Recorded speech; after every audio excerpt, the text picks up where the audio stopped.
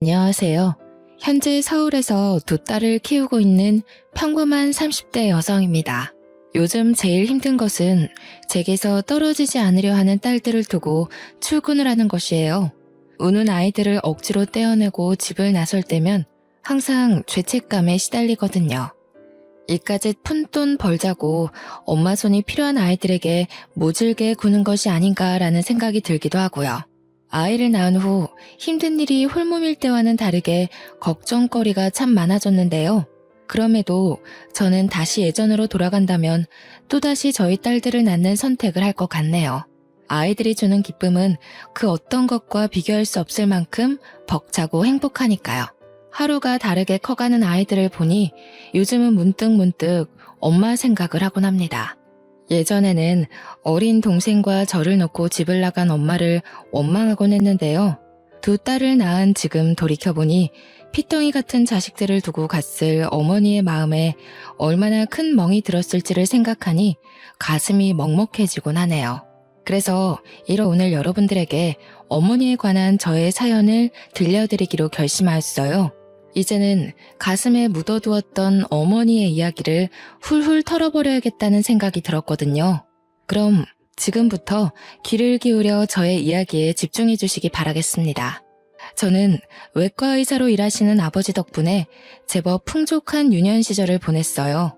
대학병원에서 근무하시는 아버지께서는 밤낮을 가리지 않고 병원에 불려 나가기 일쑤였는데요. 그럼에도 아버지는 휴일만 되면 가족과 함께 시간을 보내려고 노력을 하셨어요. 이런 아버지의 노력 덕분에 저희 가족은 언제나 화목할 수 있었고요. 어머니 또한 아버지에게 잘해드리려 참 많은 노력을 하셨어요. 해가 닿던 새벽에 돌아오는 아버지가 편히 쉬실 수 있도록 잠자리를 정리해 놓는 것은 물론 밤잠을 줄여가며 아버지의 도시락까지 싸면서 말이에요. 하지만 이런 어머니의 노력을 모르는 주변 사람들은 사모님 자리를 꿰찬 어머니가 불려오라고 말을 하곤 했습니다. 아마 고졸의 간호조무사였던 어머니를 깔보고 무시한 것이겠죠. 그리고 어머니를 못마땅해 하는 사람 중 으뜸은 바로 친할머니였어요.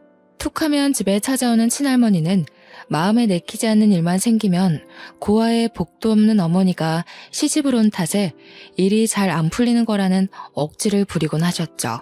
하지만 친할머니에게 아무리 모진 말을 들어도 어머니는 항상 꾹 참으셨네요. 못 배우고 부족한 주제에 완벽한 남편을 만났으니 이 정도 대가는 치러야 한다면서요. 그렇다고 아버지가 중간에서 가만히 있었던 것은 아니었어요. 아버지는 언제나 친할머니의 어머니 사이에서 중재자 역할을 하며 두 분의 사이를 좁히기 위해 무던히도 애를 쓰셨고요. 하지만 이런 아버지의 노력은 친할머니 앞에서는 별 쓸모가 없는 듯 보였습니다. 친할머니는 그냥 어머니의 존재 자체만으로도 치가 떨린다는 식으로 구셨거든요. 중학교에 올라간 제가 중간고사에서 꼴등에 가까운 점수를 받고 왔을 때는 친할머니께서는 어머니를 탓하셨어요. 머리 좋아 의사까지 된 우리 아들 밑에서 나온 애가 성적이 이 모양이라니. 아이고 내가 미치겠어. 애비가 아무리 똑똑하면 뭐하나. 정작 애를 품고 있어야 할 애미는 이렇게 멍청한데. 네 배에서 나온 애가 공부도 제대로 못하는 돌대가리일 줄 알았으면 너 며느리로 안 들였다. 다음부터는 애 공부하는 것도 꼼꼼하게 신경 쓸 테니 너무 화내지는 마세요. 어머니 연세도 있으신데 언성 높이시면 몸에 안 좋으세요. 시엠이 몸 생각하는 게 애 성적을 이렇게 받게 해? 너 같은 성에 차지도 않는 반푼이가 우리 집에 기어 들어오지만 않았어도 아마 10년은 더 장수했을 거다. 공부도 머리가 받쳐줘야 하는 거지. 아휴. 대대로 의사만 나온 집안에서 이딴 점수를 받아오다니 아주 가문의 수치가 따로 없구나. 딱 봐도 공부의 소질은커녕 가능성도 없어 보이니 네 딸도 대학 보낼 거 없이 고등학교만 졸업시키고 취업을 시키던 시집을 보내던 해라. 어머니의 잘못이 아닌 제가 공부를 안 해서라고 변명을 해보았지만 친할머니는 이미 어머니가 고졸인 탓에 제 성적이 좋지 않다고 결론을 내린 모양이었어요. 그 후 친할머니는 매번 집에 들릴 때마다 성적 이야기를 물어보며 어머니가 고졸인 것을 탓하셨습니다. 그런 일이 반복되자 꼭 성적을 잘 받아서 할머니의 코를 납작하게 해줘야겠다는 오기가 생기더군요. 그래서 이를 물고 악착같이 공부를 하기 시작한 것이고요. 다행히 노력은 배신하지 않는다는 말처럼 성적은 수직 상승하였고 어느 순간 보니 저의 성적은 전교권에 도달해 있었죠. 전교 1등을 하고 제일 좋았던 것은 더 이상 친할머니께서 성적 이야기가 나오면 어머니에게 시비를 걸지 않는다는 거였어요. 하지만 친할머니는 생각보다 더 독하고 악독한 사람이었죠. 성적이 오른 후 어머니에게 타박할 것이 사라지자 친할머니는 다른 방법으로 어머니를 괴롭히기 시작했거든요.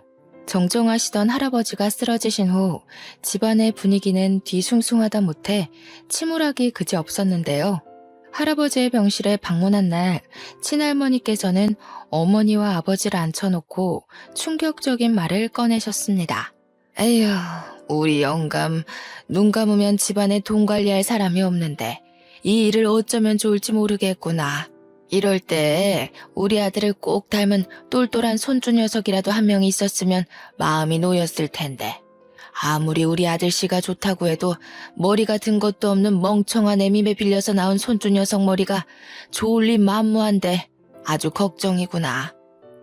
어머니, 지연이도 있는데 왜 또 그런 말씀을 하세요? 제가 집사람 깎아내리는 말은 삼가해달라고 말씀드렸잖아요. 자식 앞에서 이렇게 체면을 깎아내리면 집사람이 뭐가 되겠어요? 아범 너도 배운 것 없이 몰상식한 것하고 결혼해서 예의도 까먹은 게야? 그게 아니면 어떻게 걱정돼서 푸념하는 애미 앞에서 그런 말을 할 수가 있어? 이제 결혼 좀 했다고 고생해서 키워준 애미는 눈에 보이지도 않는다 이거냐? 금이야 오기야 키운 아범, 네가 볼품없는 청껏하고 결혼한 것도 우라통이 터져 죽겠는데 이런 식으로 무시까지 당하고 아무래도 내가 말년복이 없는 모양이다. 어머니가 이 사람 괴롭힌 세월만 자그마치 17년이에요. 지연이 뱃속에 있을 때부터 지금까지 어머니 이 사람 며느리 취급은커녕 옆집 가정부보다도 못하게 대하면서 괴롭히셨다고요. 따지고 보면 어머니가 저 키우시면서 고생한 세월보다 이 사람이 아버지 병수발 들면서 고생한 세월이 더 길지 않나요? 어머니가 춤바람 나서 아버지 모른 척하고 놀러 나갈 동안 간병인도 힘들다고 두 손 두 발 다 든 아버지 병간호한 사람이 이 사람이라고요. 아이고, 네가 저 청껏한테 홀려도 단단히 홀렸구나. 어디 키워준 애미 가슴에 대못 받고 저 멍청한 것이랑 어디 얼마나 잘 사는지 두고 보자. 덧붙여 친할머니께서는 이혼을 하지 않는 이상 할아버지가 남기신 모든 재산을 사회에 환원해버리겠다고 으름장까지 놓으셨어요. 그 말을 들은 아버지께서는 그까짓 재산 안 받으면 그만이라며 친할머니와 절연을 선언한 후 집으로 돌아오셨고요. 하지만 아버지가 절연 선언을 하셨다고 어머니의 생활이 편해진 것은 아니었습니다. 친할머니께서는 아버지가 없는 시간에 맞춰 집으로 찾아오며 전보다 더 심하게 어머니를 괴롭히셨거든요. 남편까지 지 입맛대로 구워 삼고 맹탕인 줄 알았던 네가 이 시애미를 아주 제대로 가지고 놀았구나. 우리 대단하신 고졸 며느님 그동안 시퍼렇게 눈뜨고 있는 시애미 앞에서 발톱 숨기느라 얼마나 힘드셨을지 생각하니 내가 아주 눈물이 다 나는구나. 순진한 척 발밑으로 발톱 숨기고 있는 걸 알았으면 진작 그 발톱 기도 못표게 깎아서 버렸을 텐데. 너도 나랑 입씨름하는 거 징글 맞을 테니 내가 본론만 얘기하마. 이제 그만 아범이랑 갈라서라. 가진 거 하나 없는 고아 주제에 지금까지 우리 아범 덕분에 사모님 소리 들으면서 호의호식했으면 이제 은혜를 갚아야지. 지연이도 있는데 이혼이라뇨. 어머니, 그게 무슨 말씀이세요? 쓸모도 없는 기집애 가지고 우리 아들 발목을 잡으려는 속심인가 본데 어림도 없지.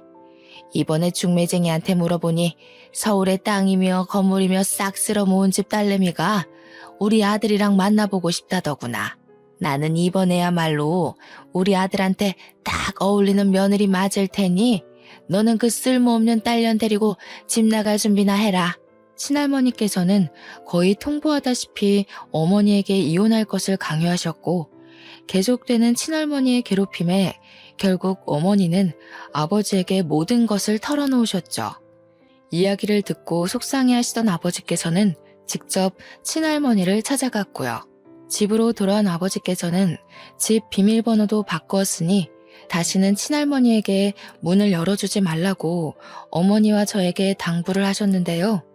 어머니를 위해서 친할머니에게 강경하게 대응하는 아버지의 모습이 새삼 멋있더군요. 아무리 아내가 중요하다고 해도 낳아주고 키워준 어머니를 저버리는 건 쉬운 일이 아니잖아요. 아버지가 직접 나선 후 친할머니는 전처럼 집에 찾아오지도 어머니에게 전화를 하지도 않으셨습니다. 안정을 찾아서인지 어머니의 안색 또한 나날이 좋아졌고요. 그리고 평화로운 나날을 보내던 중 저희 가족에게는 좋은 소식이 들려오게 되었어요. 어머니께서 43살에 그토록 바라던 아들을 임신하게 된 것이었죠. 임신 사실을 안 날부터 안정기에 접어들 때까지 어머니께서는 모든 것을 조심하려고 애쓰셨어요. 안정기에 접어든 후에도 언제나 뱃속의 동생을 먼저 생각하기 위해 노력하셨고요. 2개월이 되던 날 어머니께서는 아버지에게 먼저 할머니 댁에 가자고 제안을 하셨는데요. 아버지께서는 극구 반대를 하셨어요. 작은 것 하나에도 꼬투리를 잡아 어머니를 괴롭히시는 친할머니의 성정을 그 누구보다 아셨거든요. 하지만 어머니께서는 아무리 그래도 임신 소식은 알려야 되지 않겠냐며 아버지를 설득하셨습니다. 어머니의 말에 아버지는 못 이기는 척 친할머니에게 임신 소식을 전하게 되었죠. 그토록 바라던 손자를 봐서인지 친할머니께서는 그 전과 달리 조심스러운 태도로 어머니를 대하시더군요. 어머니께서는 40이 넘은 나이에 찾아온 뱃속의 동생을 참 예뻐하셨지만 나이가 있는지라 체력적으로 참 많이 힘들어하셨어요. 그리고 엎친 데 덮친 격으로 저 또한 대학교로 인해 서울로 가야 하는 상황이라 심적으로 더욱 힘들어하셨죠. 마음이 여린 어머니께서 말씀을 하지는 않으셨지만 저에게 의지를 많이 하셨거든요. 아무 연고도 없는 서울에 올라온 후 가장 먼저 든 걱정거리는 바로 어머니였네요. 아무리 아버지가 있다고 해도 친할머니께서 다시 어머니를 괴롭혀오면 홀몸도 아닌 어머니께서는 그저 당하고 있을 수밖에 없는 거잖아요. 서울의 광경에 고삐가 풀린 것처럼 놀러 다니는 동기들은 어머니에게 꼬박꼬박 전화를 하는 저에게 괜한 걱정을 한다며 핀잔을 주었는데요. 항상 마음을 무겁게 하던 어머니에 대한 걱정은 어느새 현실로 다가와 있더라고요. 잠을 자려고 누운 늦은 밤, 아버지께서는 진통을 겪고 있던 어머니가 응급실에 갔다며 전화를 하셨습니다. 전화를 받자마자 당장 택시를 잡아 어머니가 계신 산부인과로 향하게 되었고요. 병원에 도착하니 그 앞에는 친할머니만 앉아 있었어요. 친할머니가 말하길 아버지는 갑작스러운 수술이 잡혀 오지 못하셨다고 하더군요. 자리에 앉아서 기다리려고 했지만 어머니에 대한 걱정 때문인지 계속해서 수술실 앞을 서성일 수밖에 없었습니다. 어머니께서는 예정일보다 2달이나 빨리 진통을 겪으셨거든요. 몇 시간이 흘렀을까? 수술실에서 나온 의사는 아무래도 어머니의 상태가 좋지 않아 당장 수술을 해야 할 것 같다는 말을 했는데요. 수술이란 이야기를 듣자 친할머니께서는 무조건 자연분만을 해야 한다며 펄쩍 뛰셨어요. 그 모습을 보자 서러움이 온몸으로 느껴졌습니다. 지금까지 친할머니께서 어머니를 못마땅해 하던 것은 알고 있었지만 어머니의 상태가 좋지 않은 상황에서도 어머니를 신경 쓰지 않을 줄은 몰랐거든요. 의사는 거듭 현재 어머니의 상태를 알리며 수술을 해야 한다고 말했지만 할머니께서는 수술을 할 거면 차라리 애를 낳지 못하게 막아달라며 말도 안 되는 억지를 부리셨어요. 보다 못해 수술이란 말을 꺼내자 할머니는 도끼 눈을 뜬 채 계집애 주제에 초를 친다며 나무라셨는데요. 결국 어머니의 상태를 걱정하던 의사로 인해 어머니는 제왕절개 수술을 할 수 있었죠. 다행스럽게도 어머니와 동생 모두 건강하다고 했는데요. 어머니의 상태를 걱정하던 와중 친할머니께서는 한숨을 내쉬며 아직 회복도 안 된 어머니에게 한 소리를 하기 시작했어요. 나 때는 2박 3일이 걸려도 자연분만을 했는데 너는 어떻게 글러먹은 애가 고작 6시간도 못 버텨서 수술을 하는 거냐? 가뜩이나 머리도 돌대가리면서 애라도 자연분만으로 낳아야 그나마 머리가 평균치는 따라갈 거 아니냐? 할머니는 도대체 어디서 그런 말도 안 되는 이야기를 듣고 와서 저희 엄마를 괴롭히시는 거예요? 할머니 말대로라면 자연분만으로 낳은 애들은 다 서울대에 가 있어야죠. 저희 엄마 수술이 조금만 늦었으면 정말 위급할 뻔했다고요. 할머니한테 엄마 건강 상태는 안중에도 없는 거예요? 하나밖에 없는 할미한테 말하는 꼬라지하고는 아주 걱정이구나. 딸년 교육도 개판을 쳐놨는데 아들 교육은 오죽 잘할까. 니년 꼬라지 보니 아무래도 우리 집 장소는 내가 직접 키워야겠다. 할머니는 말도 안 되는 이야기를 하며 어머니를 괴롭혔는데요. 수술이 끝난 후 뒤늦게 산부인과에 도착한 아버지께서는 아무 말도 없이 친할머니를 병실에서 내보내셨습니다. 아직 마취가 깨지 않은 어머니께서 충분히 휴식을 취해야 한다면서요. 아버지께서는 수술로 인해 어머니의 곁을 지키지 못한 자신을 탓하며 어머니에게 사과를 하시라고요. 지금까지 바쁘다는 이유로 할머니에게서 제대로 지켜주지 못했다면서요. 어머니께서는 괜찮다고 말씀하셨지만 아버지께서는 친할머니에게 모진 말을 듣는 어머니가 안쓰러웠던 모양이었어요. 신생아실에 있는 동생을 보고 병실로 올라가는 길에 아버지에게 수술실 앞에서 있었던 일을 모두 말씀드렸는데요. 심각한 표정으로 모든 이야기를 듣고 계시던 아버지께서는 그 다음날 바로 대학병원에 사표를 던지고 오시더군요. 그리고 저희 가족들에게 서울로 이사를 갈 거니 준비를 하라는 말을 했죠. 더 이상 친할머니가 어머니를 괴롭히지 못하게 하려는 모양이었어요. 그렇게 저희 가족은 서울에서 새로운 삶을 시작하게 되었네요. 서울로 올라온 후 아버지께서는 개인 병원을 차리게 되셨습니다. 처음에는 장사가 잘 되지 않을까 걱정을 하기도 했지만 대학 병원에서 솜씨 좋기로 유명하던 아버지의 실력을 귀동냥한 사람들은 모두 아버지를 찾기 바빴고 더불어 아버지는 과잉 진료 없이 늘 친절하게 환자를 대해주셨기 때문에 아버지의 병원은 한가할 날이 없었죠. 어머니 또한 서울살이에 잘 적응하셨고요. 아마도 친할머니가 없어서인 듯 싶었습니다. 가족이 서울로 올라온 후 친할머니께서는 종종 아버지에게 연락을 하셨어요. 하지만 아버지께서는 친할머니의 전화는커녕 문자도 받지 않으셨습니다. 그러자 친할머니께서는 손녀 취급은커녕 옆집 아이보다도 못하게 대하던 저에게 전화를 하셨죠. 아버지께서는 절대 받지 말라고 하셨지만 제가 전화를 받지 않는다면 친할머니께서는 어머니에게 전화할 가능성이 다분했는걸요. 목소리만 들어도 친할머니께서는 전과는 많이 달라지신 게 느껴졌어요. 아마도 아버지께서 정말 절연을 하고 서울로 올라갈 줄은 몰랐던 모양이었습니다. 친할머니께서는 자신이 정말 많이 반성했다면서 다시 지방으로 돌아오라고 말씀을 하셨는데요. 어머니뿐만 아니라 아버지 또한 서울 생활에 만족을 하고 있었기에 절대 내려갈 생각이 없다고 말을 하게 되었죠. 하루가 다르게 커가는 늦둥이 동생의 재롱을 보며 시간을 보내던 중 아버지께서는 한 사람을 집에 데리고 오셨어요. 아버지가 후배라고 소개한 여자의 얼굴을 보는 순간 깜짝 놀라지 않을 수 없었고요. 아버지의 후배는 어머니의 수술을 맡았던 산부인과 의사였거든요. 알고 보니 아버지께서 의사에게 어머니를 봐달라고 부탁을 하신 모양이었어요. 어머니께서는 집으로 놀라온 의사에게 극진히 대접을 하며 그때의 일을 감사하며 인사를 하셨습니다. 의사는 어머니의 호의를 친근하게 받아들였고요.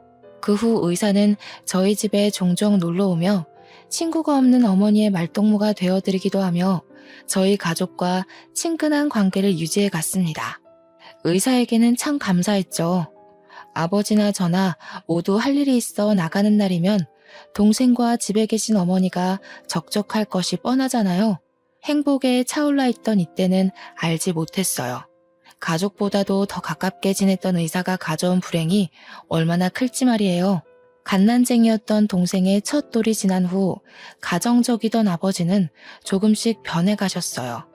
평소 늦어도 8시면 칼같이 집에 들어오시던 아버지의 귀가 시간은 훌쩍 늦어지셨고 옷깃에서는 술 냄새가 풍겨왔거든요. 처음에는 그동안 고생하신 아버지의 단순한 일탈이라고 생각했는데요. 과외 아르바이트로 인해 귀가 시간이 늦어진 날, 우연히 의사에게 안기다시피 집으로 향한 아버지의 모습을 보게 되었죠. 그걸 보니 확신이 들었어요. 아버지가 의사와 바람을 피고 있다는 걸 말이에요. 당장 어머니에게 말하고 싶은 마음이 굴뚝 같았지만 아버지의 바람 사실을 알았다가는 마음이 여린 어머니께서는 그 충격을 감당하지 못할 것이 뻔했어요. 그리고 경고를 하면 가정적인 아버지께서는 분명 어머니의 곁으로 돌아올 거라고 생각을 했는데요. 경고를 드린 이후에도 아버지의 행동에는 변화가 없었네요. 오히려 보란 듯이 귀가 시간이 더 늦어지기까지 했는걸요. 그래서 참다 못해 결국 어머니에게 아버지와 의사의 불륜 사실을 털어놓게 된 것이고요. 화를 내거나 울어도 모자랄 판에 어머니께서는 담담한 표정으로 비밀로 묻어두자는 말씀을 하셨어요. 어머니에게는 다른 가족들이 있는 것도 아니니 바람을 피웠다고 이혼을 하거나 친하게 지내던 의사를 벌하고 싶지는 않았던 것이 분명했죠. 하지만 어머니의 그런 착한 마음과는 다르게 저는 절대 아버지의 의사를 용서할 수 없었네요. 의사는 100번 생각해서 넘어간다고 해도 가장 가까운 곳에서 어머니가 얼마나 고생했는지 지켜본 아버지는 어머니를 두고 다른 여자와 바람을 피면 안 되는 거잖아요. 하물며 모르는 사람도 아닌 가족과 친밀하게 지내던 의사와 눈이 맞다뇨. 두 사람이 어떤 계기로 눈이 맞았는지는 모르겠지만 절대로 용서할 수 없었어요. 그래서 당장 의사가 일하고 있는 산부인과로 찾아갔죠. 의사를 마주하고 제일 먼저 아버지와의 사이를 추궁했는데요. 의사는 이런 상황을 예상하기라도 한 듯 아버지와 아무 사이도 아니라며 딱 잡아떼더군요. 가정도 있는 남자 끼고 도는 걸 보니 공부는 많이 했어도 도덕관념은 부족하셨나 봐요. 남의 남자 뺏으면 안 된다는 쉬운 일도 몰라서 친하게 지내던 부부 사이 파탄 내는 거 보면요. 다른 사람도 아니고 어떻게 이모가 저희 엄마한테 그럴 수가 있으세요? 저희 엄마 지난 수십 년 동안 할머니한테 시집살이 당하다가 이제 안정 찾으셨어요. 엄마가 얼마나 시집살이를 심하게 당했는지 수술실 앞에서 할머니 행동 보셨으니 이모도 잘 아실 거 아니에요.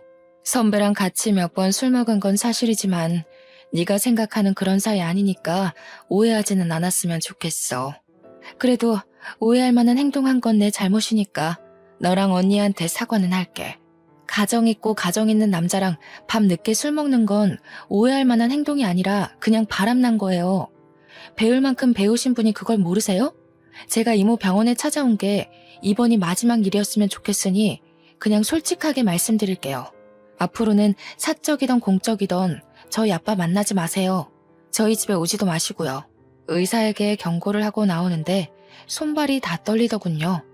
의사가 아버지와 아무 사이가 아니었다고 딱 잡아뗄 줄은 몰랐거든요. 아버지와 불륜을 저질렀으면서도 뻔뻔하게 딱 잡아떼던 의사의 모습은 오랫동안 잊혀지지 않고 문득문득 떠오르며 머릿속을 어지럽게 했어요.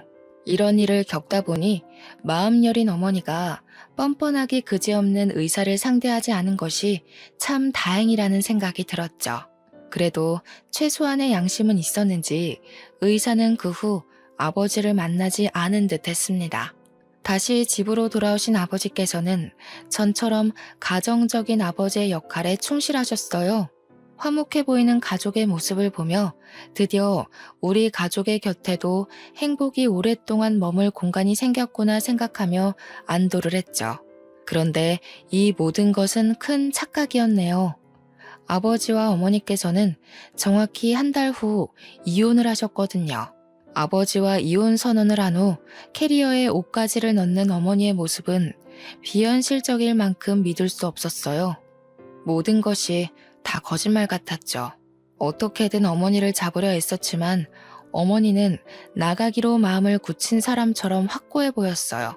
평소 여리고 눈물 많은 어머니와 짐을 싸는 어머니가 동일 인물일까 하는 의구심이 들 정도로 어머니는 그만큼 아버지와 이혼을 해야겠다는 의지를 불태우고 계셨습니다. 아버지에게도 전화를 해 어머니와 이혼을 하지 말라고 애원을 해보았지만 아버지는 어른들의 일이니 끼어들지 말라는 말만 할 뿐이었는걸요. 이혼을 부부의 일이니 끼어들지 말라는 아버지도 아직 옹알이도 제대로 못하는 어린 동생을 두고 떠나려는 어머니도 저는 도저히 이해할 수가 없었어요. 그래서 여행 가방을 가지고 나가려는 어머니의 바지가랑이를 붙잡은 것이고요. 눈물이며 콧물을 있는 대로 쏟으며 어머니를 잡으며 이혼을 하지 않으면 안 되냐고 빌었는데요. 어머니께서는 한숨을 푹 내쉬며 구겨진 바짓단을 정리하시더군요. 한평생 네 할머니한테 시집살이 당한 걸로도 모자라. 늙음하게 애까지 낳아서 키우는 게 어디 쉬운 일인 줄 아니? 네가 보기엔 엄마가 책임감 없이 도망간다고 생각할 수도 있고 어린 네 동생 떼어놓고 나가는 게 이기적이라고 생각할 수도 있겠지만 엄마는 이제 너무 지쳤어. 아빠가 변했듯이 엄마도 그런 거라고 생각해줬으면 좋겠다. 엄마도 이제 편하게 좀 살고 싶어. 어떻게든 어머니가 나가는 것을 막으려 했지만 혼자의 힘으로는 역부족이었습니다. 닫혀가는 현관문 사이로 사라져가는 어머니의 모습을 보자 그동안 혼자서 얼마나 속이 타들어갔기에 갓난쟁이 동생까지 두고 사라지는 걸까라는 생각이 들더군요. 힘들었다는 어머니의 말을 듣고 보니 저는 참 나쁜 딸이었어요. 단순히 친할머니의 시집살이가 사라졌으니 어머니 인생은 이제 편할 거라며 안일하게 생각했거든요. 어머니가 집을 나선 후 유명하다는 이혼 변호사를 섭외한 할머니 때문에 어머니와 아버지의 이혼은 일사천리로 해결이 되었어요. 두 분이 헤어진 후에야 알겠더라고요. 어머니의 존재가 얼마나 소중했는지 말이에요. 어머니가 없는 집은 전과는 비교도 할 수 없을 정도로 썰렁했어요. 훈훈한 기운이 없는 집에서 제일 걱정이 되는 것은 동생이었죠. 가족 중에서 어머니의 빈자리를 제일 많이 느끼는 것은 아직 어린 동생일 게 뻔했으니까요. 동생은 어머니의 빈자리를 아는 것처럼 시도 때도 없이 울음을 터뜨렸어요. 전문적인 육아 도우미들이 혀를 내두를 정도로 동생은 시도 때도 없이 보채고 칭얼거렸고요. 어머니의 빈자리를 그리워하는 동생 때문인지 아버지께서는 재혼을 서두르셨는데요. 그 상대가 참 기가 막혔네요. 상대는 다름 아닌 어머니와 아버지를 이혼시킨 장본인인 의사였거든요. 두 사람의 재혼을 막기 위해 의사의 산부인과로 찾아가 행패를 부리고 아버지를 찾아가 따지기도 해보았지만 소용없었어요. 결국 그토록 증오하던 의사는 새어머니가 되었죠. 새어머니의 집안은 대대로 의사로 일을 했기에 친할머니는 그 어느 때보다 기뻐하며 새어머니를 맞이했습니다. 집으로 들어온 후 새어머니는 다니던 병원에 휴직 신청까지 하며 동생을 돌보는 데 전념했어요. 새어머니의 노력 덕분에 동생 점점 안정을 찾아갔고요. 그런데 새어머니가 가정에 충실하도록 어머니를 밀어내고 본처 자리를 차지한 새어머니가 참 미워졌네요. 주변 사람들이 말하길 아무리 고통스러운 현실도 시간이 지나면 잊혀진다고 했는데요. 어째서인지 새어머니에 대한 미움은 아무리 많은 시간이 지나도 지워지지 않더군요. 초등학교에 들어간 동생은 새어머니를 친어머니처럼 따르며 살았죠. 그런 동생의 모습을 보자 어머니가 그리워 견딜 수가 없었고요. 아버지와 이혼을 한 후 해외로 나간 어머니께서는 가끔 편지만 보내올 뿐 한 번도 동생과 저를 만나러 오지도 않았거든요. 휴대폰 번호를 알려달라고 말을 해도 어머니께서는 무슨 영문인지 절대 알려주지 않으셨어요. 그래서 수십 년 동안 어머니의 목소리를 들을 수 없었고요. 어머니께서는 아무리 애원을 해도 자신의 번호를 절대 알려주지 않으셨기에 하는 수 없이 아버지에게 물어보게 되었죠. 그런데 아버지는 그 뒤로 어머니와 연락한 적이 한 번도 없다며 딱 잘라 어머니의 번호를 모른다고 말씀하셨습니다. 가깝게 지내던 지인들이라도 있으면 좋았겠지만 어머니에게 가까운 사람이란 가족밖에 없었는걸요. 그렇기에 어머니를 찾기 위해서는 흥신소를 찾아갈 수밖에 없었네요. 흥신소만 간다면 어머니를 찾는 것은 시간 문제라고 생각을 했는데요. 실상은 그게 아니더군요. 흥신소의 직원이 말하길 아무리 다 뒤져보았지만 어머니의 번호는커녕 어느 나라에 가 있는지조차 찾을 수 없다고 말을 했거든요. 그 말을 듣자 왈칵 눈물부터 쏟아졌습니다. 그리고 처음으로 어머니가 참 원망스럽게 느껴졌고요. 그 전까지는 어머니가 겪으셨던 힘든 일들을 알았기에 이해하려고 했었지만 아무리 그래도 세상에 하나밖에 없는 딸에게 얼굴 한 번을 안 보여주다니요. 어머니가 너무 심하다고 생각을 했죠. 그 전까지는 혹여라도 어머니가 저희 남매를 보러 잠깐 집 근처를 서성이지 않을까란 생각에 집에 남아 있었는데요. 이제는 그럴 필요가 전혀 없더라고요. 그래서 꾸역꾸역 버티고 있던 집을 나오기로 결심을 한 것이죠. 독립을 하겠다는 결심이 서고 나니 그동안 새어머니와 어떻게 매일 얼굴을 부딪히며 살았는지 의문이 들 정도로 새어머니와 같은 공간에 있는 것만으로도 숨이 턱턱 막히더군요.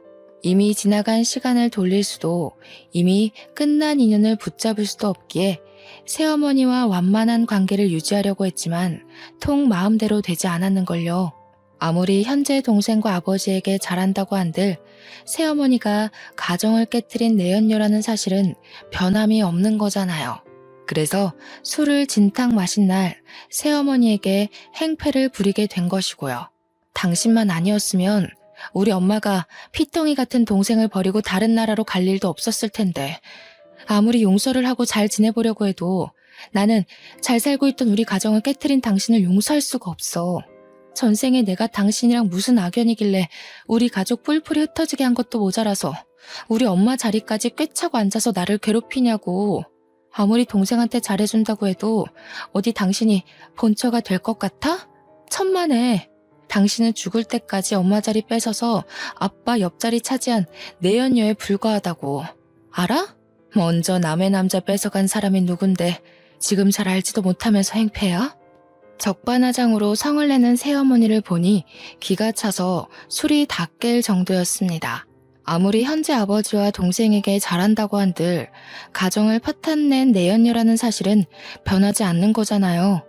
자신의 잘못은 땅바닥에 고이 묻어둔 채 본처 행세를 하는 새어머니를 보니 역시 사람의 본성은 아무리 시간이 지나도 변하지 않는다는 사실을 다시 한번 깨닫게 되었네요.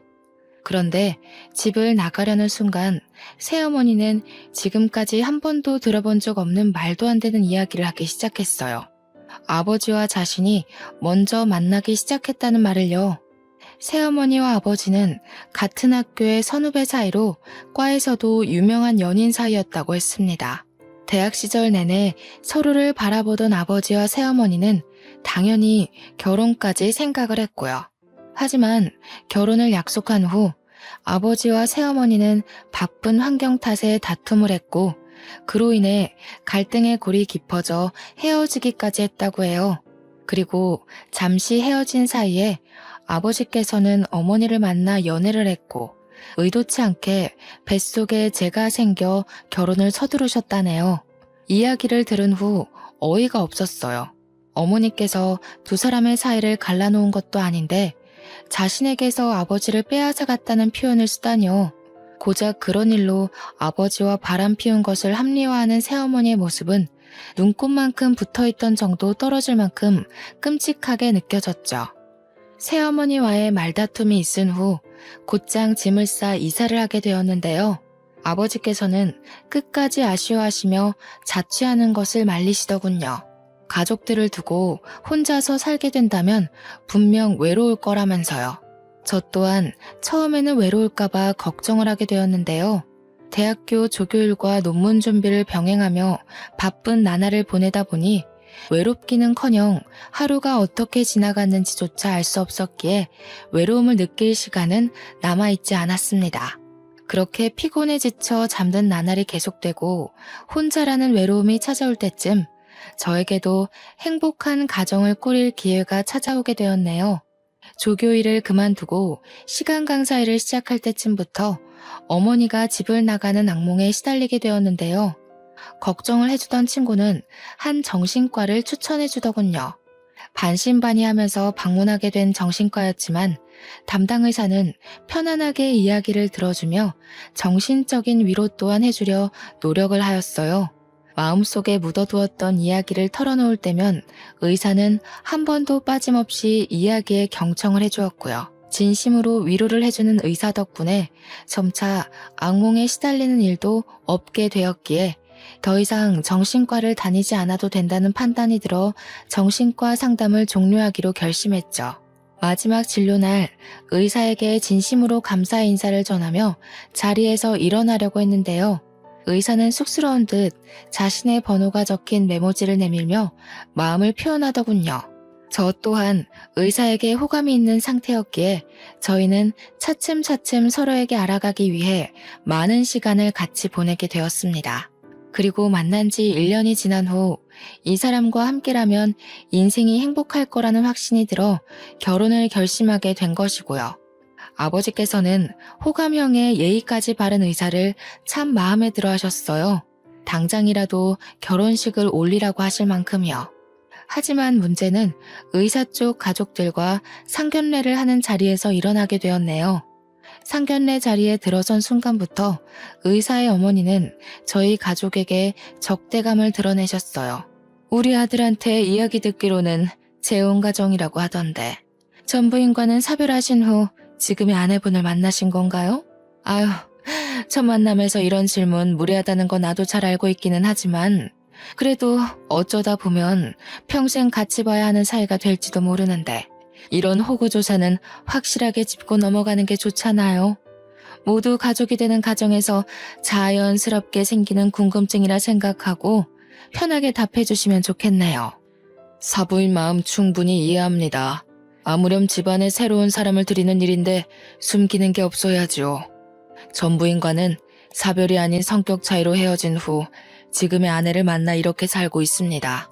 아, 그래요? 에휴, 우리 아들 말로는 우리 새아가가 가정교육을 착실하게 받아서 어른 섬길 줄도 알고 예의도 바르다고 하던데 그럼 그건 이혼하신 전부인께서 교육을 아주 잘 시켜서 그런 건가 보네요? 새아가가 재혼가정이란 이야기를 들었을 때는 솔직히 거부감이 컸거든요. 아무리 가정이 화목하다고 한들 재혼가정에서 자란 아이랑 재부모 밑에서 사랑받고 자란 아이랑은 천지 차이잖아요. 뭐가 됐든 근본이 중요하기도 하고. 웃는 낯을 띠기는 했지만 의사의 어머니께서는 재혼한 저희 집안을 헐뜯는 말을 하며 분위기를 싸하게 하셨어요. 아버지께서는 혹여 하나뿐인 딸이 예비 시부모에게 트집이라도 잡힐까 어떻게든 분위기를 띄워보려고 했지만 솔직히 기분이 좋지는 않더군요. 지금까지 그 누구보다 열심히 살았다고 생각했었는데 재혼 가정이라는 사실 때문에 그동안 쌓아올렸던 모든 노력이 다 무너지는 것 같은 기분이었거든요. 상견례가 끝난 후 새어머니께서는 넌지시 이 결혼을 하지 않으면 안 되겠냐 물어보셨어요. 결혼을 하면 너무 고생을 할 것 같다면서요. 이야기 한번 해본 적 없는 서먹한 사이에 이런 이야기를 한다는 것부터 예비 신랑의 어머니가 얼마나 성격이 안 좋은지를 알려주었지만 그럼에도 결혼을 포기할 수는 없었네요. 예비 신랑이 아니라면 진심을 담은 사랑을 베풀어주는 남자를 만나지 못할 것 같았거든요. 결혼 준비하는 과정에서도 새어머니는 몇 번이나 결혼을 다시 생각해보라며 권유하셨지만 이미 마음속에는 신랑과 결혼해야 한다는 생각이 가득 찼기에 새어머니의 제안을 거절했죠. 그 후로는 새어머니도 포기하셨는지 결혼 준비를 하는 과정을 옆에서 지켜보셨고 저는 우여곡절 끝에 의사와 결혼식을 올리게 되었네요. 사랑하는 사람과 올리는 결혼식은 설레고 기쁠 줄 알았지만 막상 결혼을 앞둔 신부가 되어보니 설레기는커녕 시작도 안 하는 결혼식이 빨리 끝났으면 좋겠다는 생각만 들게 되었네요. 꼭두 새벽부터 일어나 두꺼운 화장을 하고 무거울 만큼 불편한 드레스를 입고 몇 시간씩 웃는 표정을 짓는 것은 쉬운 일이 아니었거든요. 졸음이 쏟아지는 것을 참으며 결혼식에 와준 하객들에게 억지 웃음을 지을 때였어요. 식장에 들어가기 10분도 남지 않은 상황에서 결혼식과 전혀 어울리지 않는 초라한 행색의 중년 여성이 신부 대기실로 들어오더군요. 내 친어머니의 이름을 말한 여자는 어머니와 같은 고아원 출신으로 현재는 어머니의 병수발을 들고 있다는 말을 했습니다. 얼토당토하지 않은 이야기라고 생각을 했어요. 정말 어머니께서 위독하셔서 병원에 계신다면 흥신소 직원들이 어머니를 못 찾았을 리가 없잖아요. 여자에게 의심의 눈초리를 보낼 때였습니다. 신부 대기실에 들어온 새어머니께서는 초라한 행색의 여자를 발견하고서는 불같이 화를 내며 윽박을 지르셨어요. 당신, 여기가 어디라고 함부로 찾아와요. 내가 분명히 말했잖아요. 무슨 일이 있어도 애들 앞에는 절대 나타나지 말라고. 만날 때마다 누누이 한 말인데 그 쉬운 걸 잊어버린 거예요? 약속이 아무리 중요하다고 한들 사람 목숨보다 중요한 건 아니잖아요. 언니 상태가 더 심각해졌어요. 이러다가는 정말 정신줄 놓기 일보 직전이라고요. 놀랍게도 새어머니와 아주머니는 서로 아는 사이인 듯 싶었죠. 더 소름인 것은 새어머니와 아주머니는 딸인 저조차 모르던 어머니의 행방을 알고 있는 듯 했다는 것이었어요. 엄마가 정신줄을 놓기 직전이라뇨? 엄마는 아버지가 보내주신 위자료로 여행 중인 거 아니었나요? 입만 다물고 있지 말고 제발 아무 말이라도 해보세요. 숨길 수 있을 때까지는 숨기고 싶었는데 그동안 내가 얼마나 엄마를 찾으러 다녔는지 뻔히 알면서 어떻게 이렇게 잔인할 수가 있으세요? 자식이랑 부모 간의 연을 끊어놓을 만큼 아버지 옆 본처 자리가 그렇게 탐나셨어요? 그래, 네 말대로 남의 남자 뺏어서 산 내가 죄인이지. 그래도 속죄하는 마음으로 네 엄마 뜻을 따라주고 싶었는데 끝까지 숨길 배짱이 없는 걸 보니 나는 아무래도 너네 엄마한테 속죄하긴 글러버린 것 같구나. 입을 꾹 다물고 있던 새어머니는 힘겹게 어머니에 대한 이야기를 털어놓기 시작했습니다. 또 버리고 외국에서 남은 여생을 즐기고 있다고 철석같이 믿었던 어머니는 현재 치매에 걸려 요양병원에 계신 상태라고 했는데요. 치매라는 말을 듣는 순간 누군가에게 얻어맞은 듯 뒤통수에 쎄한 충격이 느껴지더군요. 같이 지낼 때만 해도 멀쩡하던 어머니께서 치매라뇨. 믿을 수도 믿고 싶지도 않았습니다. 자주 깜빡하시던 어머니께서는 단순한 건망증이겠거니 하면서 넘어가던 차에 건강검진을 받게 되었는데요. 검사 결과는 너무나 황당하게도 치매였다고 해요.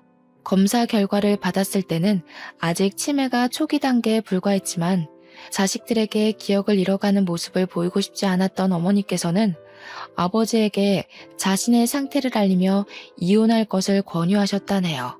새어머니에게 아버지와 재혼 후 저희를 맡아서 키워줄 것을 부탁까지 하면서요. 모든 사실을 알고 나자 그동안 새어머니를 내연녀라 오해하고 미워하던 것이 떠올라 견딜 수 없을 만큼 괴로워 오열을 할 수밖에 없었네요. 새어머니께서는 어머니와의 약속을 지키기 위해 내연녀라는 오명을 쓰고도 피똥이 같던 동생까지 자신의 자식처럼 잘 키워주신 거잖아요. 죄송해요. 난 그런 줄도 모르고 지금까지 미워하기만 하고 뭐라고 사과를 드려야 할지, 그동안 저 때문에 힘드셨을 시간을 어떻게 보상해드려야 할지 너무 죄송해요. 아니야. 나야말로 너랑 현우한테 미안하지. 언니가 나한테 직접 재혼 이야기를 꺼낸 건 이미 내가 선배를 좋아한다는 걸 알았을 테니까. 나야말로 정말 미안하다, 아가.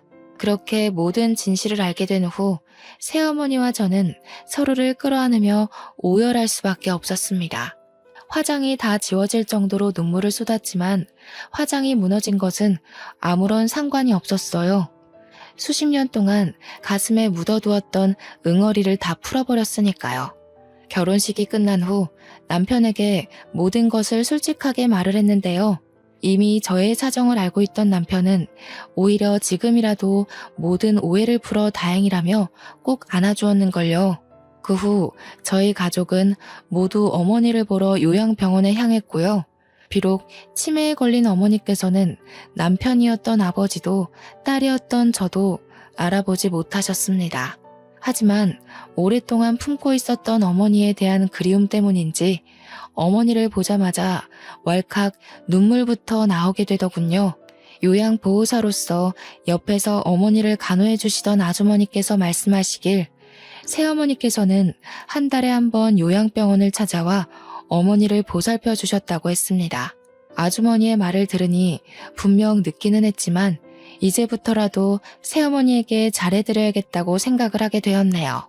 현재 저는 새어머니를 인생의 은인이라 생각하며 잘 지내고 있는 중이에요. 딸들 또한 인정이 많고 다정한 새어머니를 잘 따르고 있는 중이고요. 어머니께서는 이제 대소변도 가리지 못하실 만큼 온전하지 못한 정신을 가지고 계셨지만 그럼에도 새어머니께서는 한 달에 한 번 꼬박꼬박 어머니를 찾아가 상태를 살펴주셨습니다. 가족들을 한결같이 귀한 손님처럼 대접해 주시는 새어머니는 참 대단한 것 같아요. 피 한 방울 섞이지 않은 남에게 꾸준한 정성을 쏟는다는 것이 쉬운 일은 아니잖아요. 평생에 걸쳐서 애를 쓴다고 해도 새어머니에게 받은 은혜를 다 갚기에는 모자라다는 생각을 하긴 하지만 그럼에도 저는 새어머니에게 받은 모든 것을 돌려드리기 위해 노력할 겁니다. 그럼 지금까지 길고 길었던 어머니에 관한 이야기를 들어주신 여러분들에게 감사의 인사를 드리며 저의 사연은 이만 마치도록 할게요. 지금까지 사연을 들어주셔서 감사합니다.